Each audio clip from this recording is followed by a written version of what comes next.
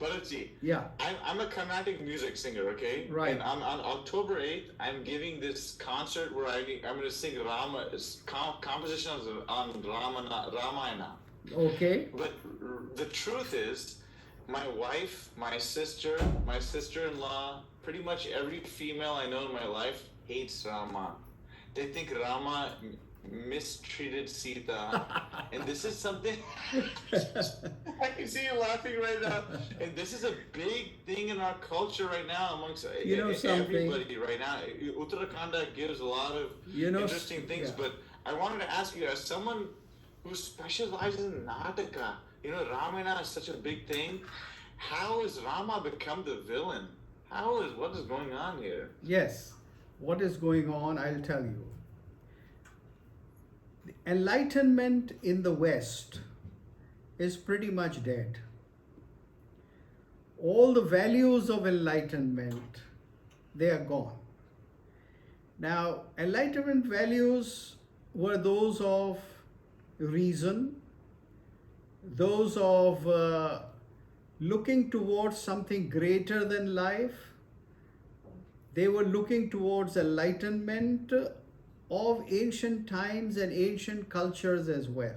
That's why in Europe they developed this whole idea that Europe descends from Greeks and Romans. Now they think that the white classical world is something to be blamed because it cannot follow modern Marxist and wokist ideas.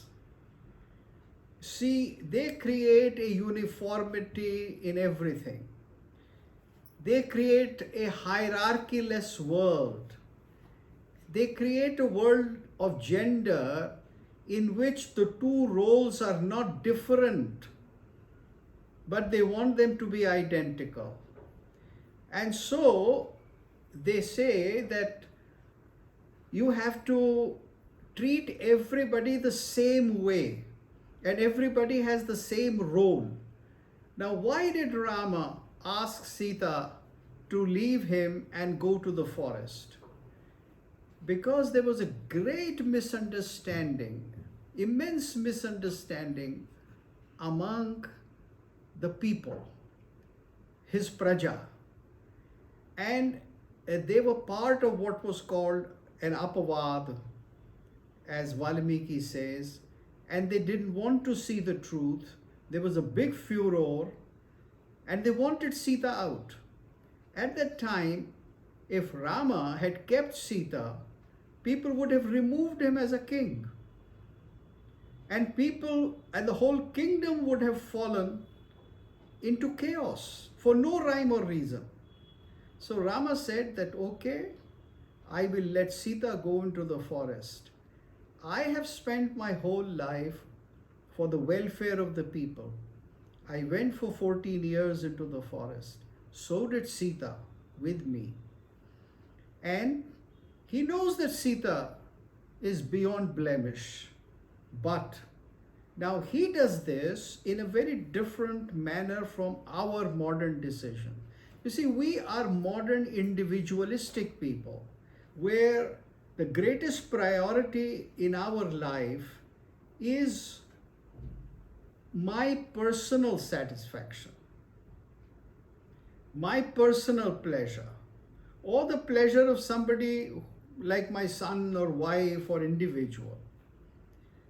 It is not the larger society. It is not the larger state. So Rama, after all, Rama was born in order to sustain the people, not for himself, for praja, for dharma, to protect the people. At that time, he said that if I go against the people, if I create a conflict with the people, then my whole kingdom, not my kingdom, but the kingdom, Rajya, suffers. So let Sita as an individual suffer, because the suffering of the individual is not so valuable as the suffering of a whole society. This is a value. Yeah, that's going to be hard for a lot of people to accept. Yes. But then that is the value of ancient time. Ekam tyajed kulasyarthe. The Mahabharata says, Ekam tyajed kulasyarthe. Give up the individual for the sake of the family. Yeah, even Lakshmana, by the way, Mukunda and I were talking on the phone yesterday. The fact that Lakshmana left Urmila just to take care of his brother in today's modern society, this is being Yes, because you want to be craziness. you want to be selfish. And you know something? Now we still cling to some old values, like for the sake of nationalism, we'll ask a young man to go to the border or to go into Ukraine and attack the Ukrainians and die. But we will not Stupid. we will not do something within the country. So Rama was a tapasvi. Sita was a tapaswini. And so they said. And then it is not that she did not protest. Because when the people realized their great mistake, and when they wanted her to come back, she said, no, enough is enough. You have mistreated me not once but twice. And so I will not. I protest. Now you don't see this. The modern people don't see Sita going into the earth. Sita totally immolating herself in order to make a point. The problem, Bharatji, is also, the Agni Pariksha, people have this furor about the Agni Pariksha. Yeah. Right? Like, and, we were listening to this YouTube we found of Rohit Arya talking about this, and it didn't strike me until I heard him, because it's very interesting how after she does the Pariksha, Lakshmana is very upset at Rama for asking Sita to even do this, right? Right. And this is after Sita insulted him, Lakshmana, so badly. The last time he saw Sita, right, was when Sita was when the Maricha happens, and then she tells Lakshmana, you're not going after your brother to protect him because you desire me, and something of that nature. Yes. Something terrible, and Lakshmana he's forgiven her in this moment. He when Rama tells she can go and wherever. Yes. He tells Lakshmana the prior, and Lakshmana's fuming. The Ramayana says he's so angry he can't look at his brother. Correct. Right. And then after she does the pariksha, Rama says to everyone, I knew she was blameless, but then no one else would have believed it. Yes. So I did this to make sure that everyone else would not talk about her. Now let me also tell you, as a classical scholar, that in ancient times there was a particular test called the fire ordeal, which was a legal test. Just as today, you take a particular test to a lie test. You go under a lie detector, and today you believe that lie detector is telling the truth. You see, this is our notion. But in the ancient times, they devised this lie detector. Agni Pariksha was a physical lie detector. They laid out fire up to a length, and the accused had to walk through that. And if she or he had the courage to walk through that and came out unscathed, then it was taken as a evidence of her being or his being pure and just and right and truthful. Now this was a physical text. You can read it in ancient, in the Smritis, in certain law books, which is given there. And there is a book by Paintsay called Ancient Fire Ordeals, Ancient Ordeals in Ancient India. And it gives an account of many such tests. So Agni Pariksha was actually a lie detector test in ancient India. You know what's funny, Bharatji? So Krishna and I are both trained lawyers, and for me, it's like, so when today we talk as if like testimony, there has to be all this other evidence, but the truth of the matter is it's verbal testimony of someone, and how truthful you think they are. That's all that matters, right? We have no other metric to discern whether someone's being truthful. So adding a metric like this is simply a method to say most people will not put themselves in the line of physical pain of this nature just to get away with the lie. Exactly.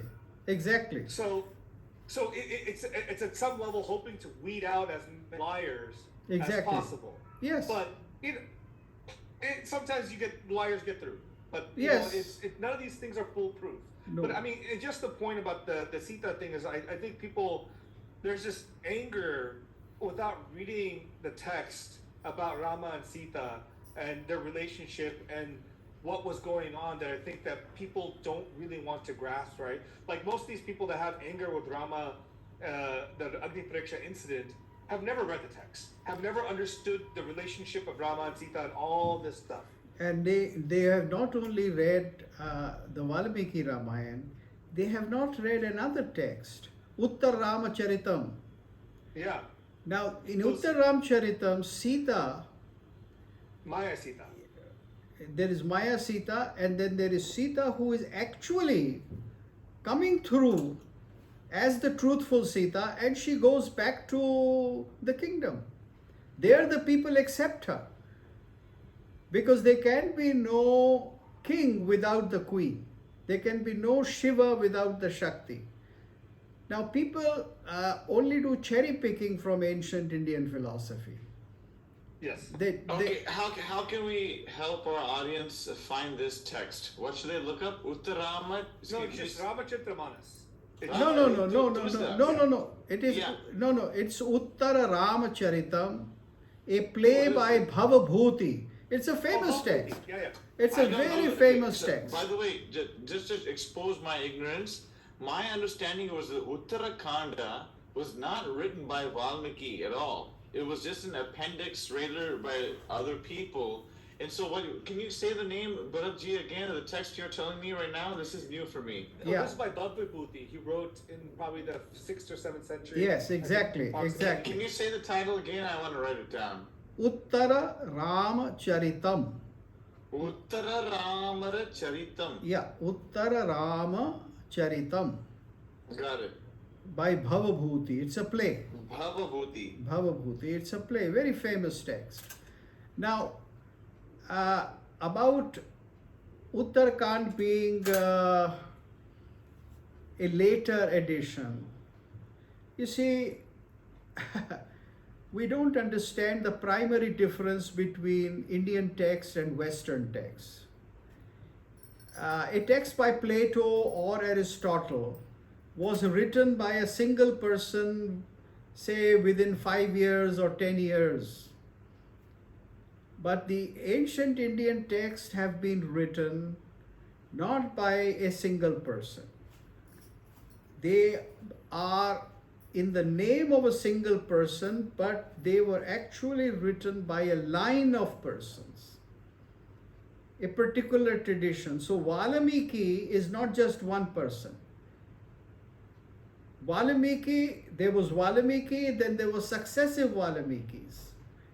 Just as Mahabharata was not written by one Vyas, but by many Vyasas. Just as there was Jaya Mudirayet, just as Jaya was, the first text was written, then there was Bharat, a larger text, and then there was a much larger text called Mahabharata. So Indian texts have a life and a growth. And we don't go after a single authorship, we go after a tradition.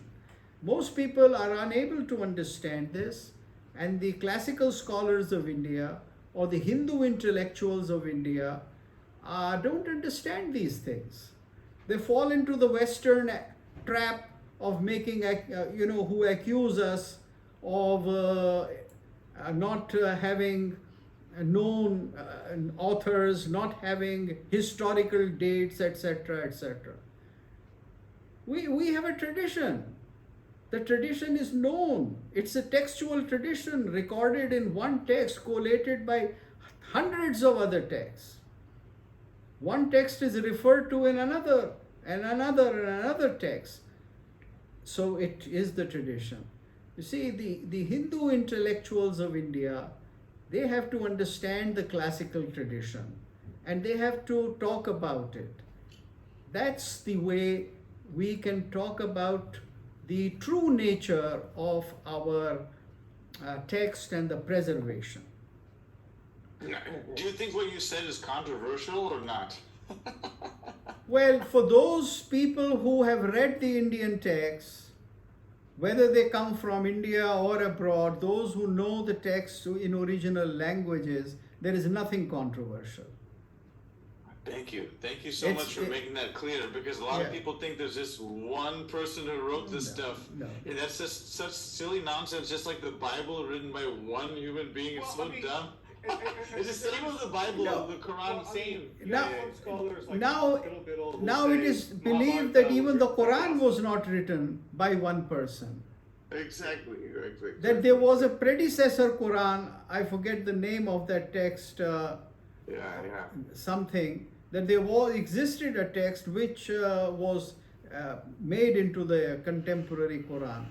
So all these things are now being looked upon in a more historical perspective. Right.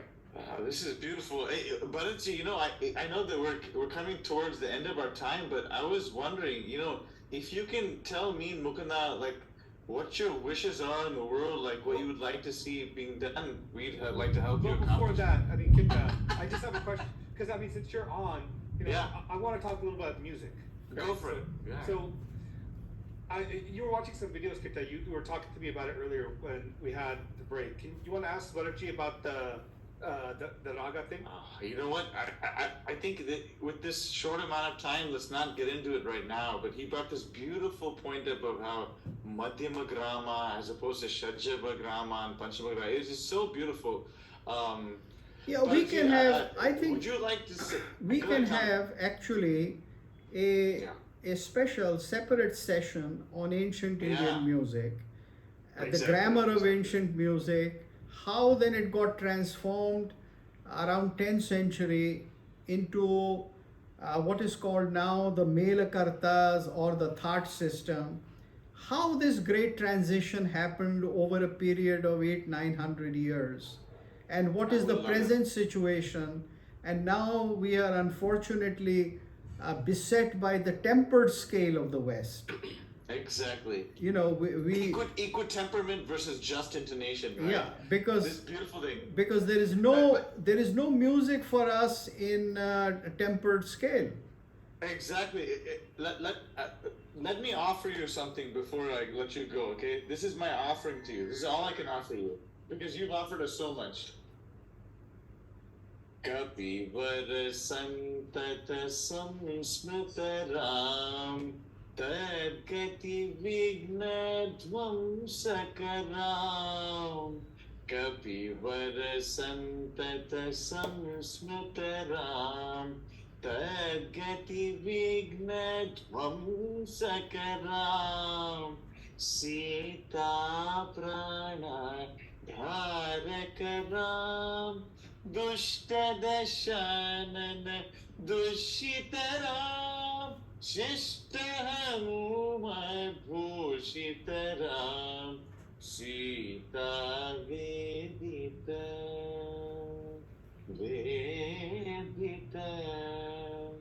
Sita Vedita Kakavanaram Krita Chudamani Darshanaram Kapivara Vachana Shwasitaram Rama Rama Jaya Raja Rama Rama Jaya Sitaram Rama Rama Jaya Raja Rama Rama Jaya Sitaram.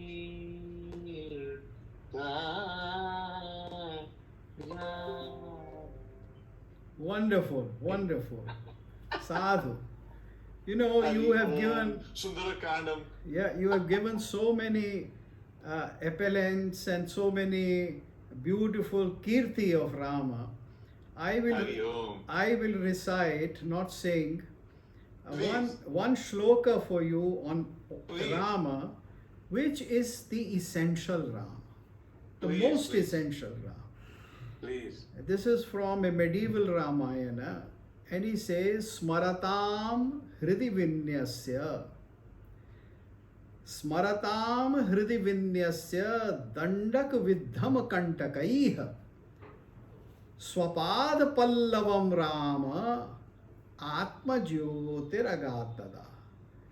Ram went into his own light. Ram Atma Jyotiragat. He went into his own light, but that is, he left the earth, he finished his rule, he went back to Vaikuntha.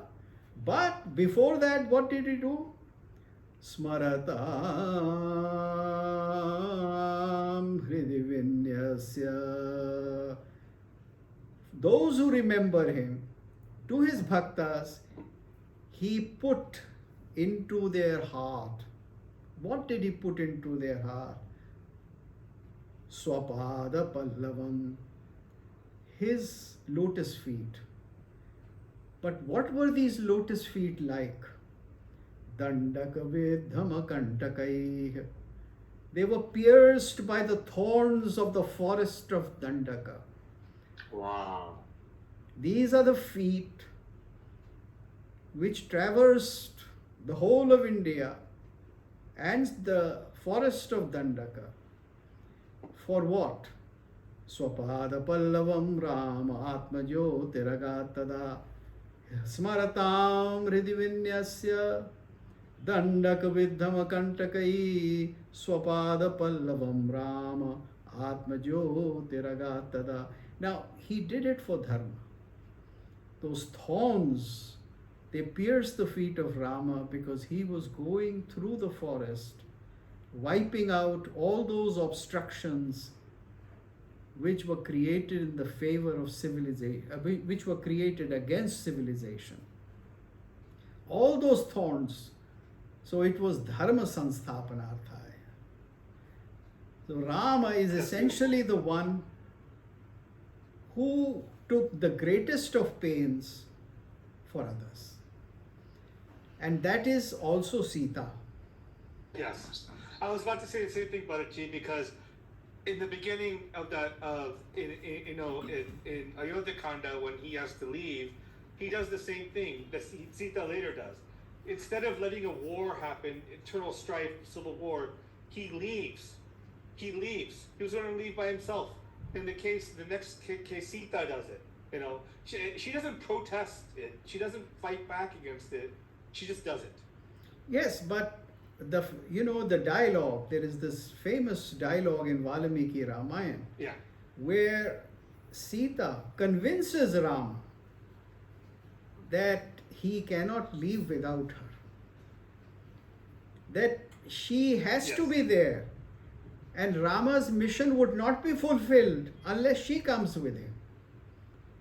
So you see, this is the great message of Indian philosophic systems and Indian culture as a whole, that the male and the female, the Shiva and the Shakti, the Vishnu and the Parvati, they are not two, they are one, but they are not the same. You see, this is the biggest message which the modern feminists have to learn.